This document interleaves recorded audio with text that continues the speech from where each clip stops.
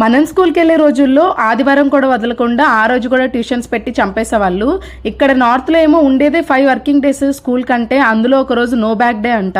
No bag day అంటే ఆ రోజు బుక్స్ అక్కర్లేదు, ఏం తీసుకెళ్ళక్కర్లేదు, జస్ట్ తినడానికి టిఫిన్ బాక్స్ తీసుకెళ్తే చాలు. ఈ నో బ్యాగ్ డే అనే కాన్సెప్ట్ నా లైఫ్ లో ఫస్ట్ టైం వింటున్నాను. మన చిన్నప్పుడు ఇలాంటివి ఉంటేనా అబ్బా భలే ఉండేది.